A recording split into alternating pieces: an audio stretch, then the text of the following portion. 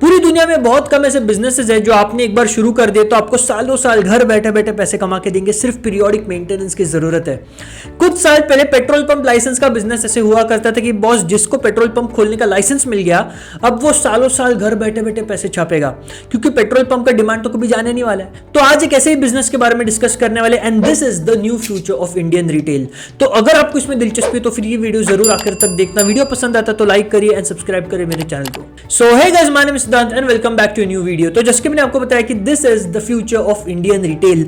Indian retail का मतलब हम लोग समझते हैं एक तो ऑफलाइन शॉप, ऑफलाइन स्टोर या फिर ऑनलाइन ई कॉमर्स डिलीवरी, लेकिन इसके बीच में एक और एक बिजनेस है, that is called vending machine business, जो वेस्टर्न वर्ल्ड में बहुत ज्यादा पॉपुलर है, आपने काफी ज्यादा देखा होगा, लेकिन अभी उसका टाइम है इंडिया में ग्रो करने का। दो रीजंस की वजह से, एक तो इंटरनेट पेनिट्रेशन काफी ज्यादा हाई हो गया है इंडिया में, गली गली में हर बच्चे के पास इंटरनेट है, and second is digital payments, right. UPI की वजह से इंडिया का डिजिटल पेमेंट सिस्टम इतना स्ट्रांग हो गया कि लोग कैश से ज्यादा कॉन्टैक्टलेस डिजिटल पेमेंट्स करना पसंद करते हैं, एंड ये दो फैक्टर्स कंट्रीब्यूट करेंगे इस वेंडिंग मशीन के बिजनेस को इंडिया में ग्रो करने के लिए। So guys, this is a new video of धंधा 101 सीरीज, जिसके अंदर आज हम लोग इस बिजनेस को डिस्कस करने वाले कि आप इसको कैसे छोटे से लेवल से स्टार्ट करके एक बहुत बड़ा बिजनेस बना सकते हो, कितना मार्केट साइज है, क्या रेवेन्यू है, क्या प्राइसिंग है, कितना प्रॉफिट मार्जिन है, क्या मार्केट सेगमेंट है इस बिजनेस के लिए। So let's start with the first point and that is the market size. जैसे मैंने आपको बताया कि वेस्टर्न वर्ल्ड में बहुत ज्यादा बड़ा मार्केट है इसका, तो ग्लोबली इसका मार्केट है वेंडिंग मशीन्स का $134 बिलियन का, जो कि 2027 तक 146 बिलियन का होने वाला है, and that is going to grow at a CAGR of 1.3%। ये देख के लगता होगा कि थोड़ा सा प्लेटोड है, ग्रोथ इतना फास्ट नहीं है, लेकिन ये ग्लोबल है। इंडिया में इसका कैगर होने वाला है 14.9%, एंड ऑलरेडी आज की तारीख में उसका मार्केट साइज इंडिया में ओवर $1 बिलियन है। तो ये तो गया इकोनॉमिक टर्म्स में, फाइनेंशियल फिगर्स में, लेकिन अब बात करते हैं in terms of potential places of placement, right. India में 65 लाख पोटेंशियल लोकेशंस है जहां पे आप एक वेंडिंग मशीन लगा सकते हो across all the 500 cities in India, right.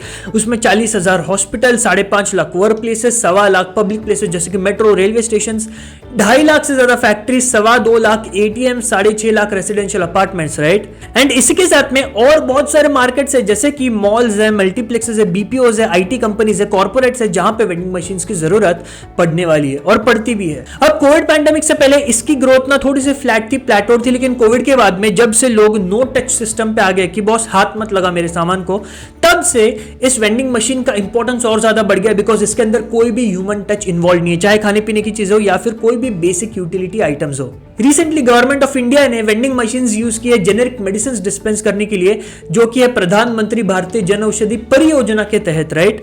And Kerala में ऑलरेडी पब्लिक प्लेसेस में वेंडिंग मशीन्स इंस्टॉल्ड है ₹2 में मास्क सेल करने के लिए। तो ये तो हो गया मार्केट साइज, पोटेंशियल तो बहुत ज्यादा, लेकिन अब बात करते हैं बिजनेस के बारे में कि इस बिजनेस को चलाना कैसे। इसके अंदर मोस्टली 3 कैटेगरी के प्रोडक्ट्स बिकते हैं, एक बेवरेजेस, दूसरा स्नैक्स, तीसरा चॉकलेट कैंडी। इंडिया तीनों भी मार्केट्स में बहुत ज्यादा तेजी से ग्रो कर रहा है thanks to our population and increasing disposable income. Beverages के मामले में इंडिया का कैगर है 16.2%, 2030 तक ये मार्केट होने वाला है $20 बिलियन का। स्नैक्स के मामले में हम लोग 2026 तक $13 बिलियन का मार्केट बनने वाले। चॉकलेट एंड कैंडीज में I would like to tell you कि India is the world's fastest growing market for chocolates and candies, right, and it is going to grow at a CAGR of 11.3% year on year. इसी के साथ आप कुछ और दूसरे basic utility items भी dispense कर सकते हो, जैसे कि इलेक्ट्रॉनिक्स या इलेक्ट्रिक गुड्स, जैसे कि mobile chargers, mobile charging cables, power banks या फिर सॉक्स या फिर हैंडकरचिफ। तो बेसिक नेसेसिटी की जो भी चीजें, बैटरीज, तो ये सारी चीजें भी आप वेंडिंग मशीन से डिस्पेंस कर सकते हो। तो बिजनेस ऑपरेशन में 2 पार्ट्स होते हैं, एक तो क्या बेचना है जिसके बारे में बात कर लिया, अब कहां बेचना है। 65 लाख पोटेंशियल लोकेशंस है, लेकिन वो लोकेशंस भी बहुत तेजी से ग्रो कर रहे हैं। इंडिया में QSR मार्केट बहुत तेजी से ग्रो कर रहा है। Shopping malls, retail stores, India का रिटेल मार्केट 5% से बढ़ रहा है year on year. $1 trillion industry है इंडिया में। ऑफिसेज, एजुकेशनल इंस्टीट्यूट्स, इंडिया में कमी नहीं है। 12 लाख से ज्यादा रजिस्टर्ड कंपनीज है, 45,000 से ज्यादा रजिस्टर्ड इंस्टीट्यूट्स है इंडिया में। पब्लिक ट्रांसपोर्ट पे भी आप लगा सकते हो, जैसे कि metro station, railway station. Market size के बारे में बात कर लिया, बिजनेस अपॉर्चुनिटीज के बारे में बात कर लिया। अब बात करते हैं कि इस बिजनेस में कितना इन्वेस्टमेंट है। इस बिजनेस में करीबन 70-80 हजार से लेकर 1 लाख रुपए तक इन्वेस्टमेंट है, डिपेंडिंग अपॉन आप कौन सी और कितनी बड़ी वेंडिंग मशीन ले रहे हो, आप नहीं ले रहे हो या सेकंड हैंड ले रहे हो। मैं तो आपको कहूंगा कि अगर सेकंड हैंड से काम चल रहा है तो एक सेकंड हैंड एक अच्छे कंडीशन में वेंडिंग मशीन आप ले सकते हो, ताकि आपका बजट अगर 1.5-2 लाख के बीच में तो फिर आप 3 से 4 वेंडिंग मशीन से अपना काम शुरू कर सकते हो। इस बिजनेस में मोटा मोटा 6 से 7 महीने का रिटर्न ऑन इन्वेस्टमेंट है, जिसके बाद आपकी पूरी मशीन की कॉस्ट निकल जाएगी एंड उसके बाद में आप सिर्फ मुनाफा कमाओगे। अब बात करते हैं कि रेवेन्यू एंड प्राइसिंग की, कि कैसे 6 से 7 महीने में मेरा पैसा वापस मिलेगा और कितना % मार्जिन है, कितनी प्राइसिंग होती है और कितना प्रॉफिट है इसमें। अब इस बिजनेस की प्रॉफिटेबिलिटी डायरेक्टली डिपेंड करती है कि आप कितना बेच रहे हो, कहां बेच रहे हो, क्योंकि आप कहां बेच रहे हो उसके ऊपर डिपेंड करता है कि आप कौन सा सामान बेच रहे हो। हॉस्पिटल में बेच रहे हो तो सामान अलग है, कॉर्पोरेट्स में बेच रहे हो तो सामान अलग है, पब्लिक प्लेसेस में बेच रहे हो तो सामान अलग है, लेकिन आप कितना बेच रहे हो उसके ऊपर और क्या बेच रहे हो उसके ऊपर प्रॉफिटेबिलिटी डिपेंड करती है। मोटा मोटा अगर आप बेवरेजेस बेच रहे हो तो 40% की प्रॉफिट मार्जिन है, अगर आप स्नैक्स या चॉकलेट्स बेच रहे हो तो फिर उसके अंदर 25 से 35% का प्रॉफिट मार्जिन है, राइट। तो एक ऑन एन एवरेज 30 रुपीज की एक एवरेज प्राइस लेके चलते हैं, तो आपने अगर हफ्ते के 300-400 अगर आइटम बेच भी दिए तो फिर आपका पूरे हफ्ते का रेवेन्यू होता है करीबन 10-12 हजार, महीने का रेवेन्यू होता है 40 से 50 हजार रुपए, और उसके अंदर आपका प्रॉफिट रहेगा 15 से 20 हजार रुपए का। अब इस 15 से 20 हजार रुपए का प्रॉफिट तो सिर्फ एक मशीन से, राइट। आप अगर शुरुआत 3-4 मशीन से करते हो तो आपका पहले महीने से जो प्रॉफिट होगा वो करीबन 60 to 70,000 का होगा। अब वेस्टर्न कंट्रीज में हम लोग तो स्नैक्स, बेवरेजेस, चॉकलेट की बात करें, लेकिन वेस्टर्न कंट्रीज में फ्रेशली कुक्ड फूड भी डिस्पेंस होता है, toys, books, shoes, newspaper, medicine, flowers, सारी चीजें डिस्पेंस हो सकती है वेंडिंग मशीन से। तो वो आपके ऊपर डिपेंड करता है कि आप कौन सी मशीन खरीद रहे हो एंड आपको कहां से शुरुआत करनी है। अब आप कहोगे कि एक मशीन से 12-15 हजार रुपए, 3-4 मशीन से 60 to 70,000 रुपीज का ही तो प्रॉफिट हो रहा है इतनी 3-4 मशीन लगाने के बाद में। तो मैं आपको बता दूं कि ये income as good as passive income है, राइट।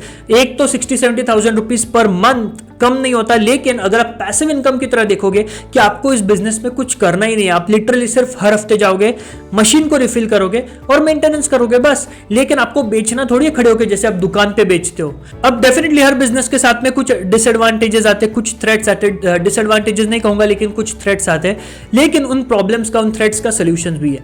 सबसे पहला डिसएडवांटेज की वैंडलिज्म, थेफ्ट्स, लोग आएंगे तोड़ फोड़ के अंदर का सामान चुरा के लेके जाएंगे, इंडिया में तो होता ही है। द सेकंड इज 24/7 आपको इलेक्ट्रिसिटी कनेक्शन चाहिए, इंटरनेट कनेक्शन चाहिए ताकि वो मशीन काम करे। थर्ड, इतने सारे किराना शॉप्स है तो वेंडिंग मशीन से कोई क्यों लेगा। फोर्थ, की टेक्नोलॉजी में अगर किसी को लूप होल मिल गया तो फिर वो फ्री में भी सामान डिस्पेंस करके भाग जाएगा। तो अब इन प्रॉब्लम्स का सोल्यूशन देखते हैं। सबसे पहले कि वैंडलिज्म और थेफ्ट से बचने के लिए क्लोज्ड प्रीमाइसेस के अंदर रखो, किसी इंस्टीट्यूशन के अंदर रखो, कॉर्पोरेट ऑफिसेस के अंदर रखो और ओपन स्ट्रीट एरियाज में मत रखो। सेकंड, इस सीसीटीवी कैमरा लगाओ हर एटीएम मशीन के ऊपर, जैसे सीसीटीवी होता है वैसे हर वेंडिंग मशीन के ऊपर एक सीसीटीवी रखो। थर्ड, इलेक्ट्रिसिटी बैकअप के लिए यूपीएस रखो, घर में भी तो रखते हैं। फोर्थ, इंटरनेट बैकअप के लिए इंटरनेट का डोंगल रखो। फिफ्थ, कि अगर आपको लगता है कि बहुत सारे किराना स्टोर, तो किराना स्टोर तो रात को 10-11 बजे के बाद बंद हो जाते हैं, लेकिन वेंडिंग मशीन 24/7 काम करती है। पब्लिक प्लेसेस में या फिर कॉर्पोरेट ऑफिसेज में या फिर हॉस्पिटल्स में किराना स्टोर्स नहीं होते तो फिर वो भी मार्केट आपके लिए बहुत बड़ा हो सकता है।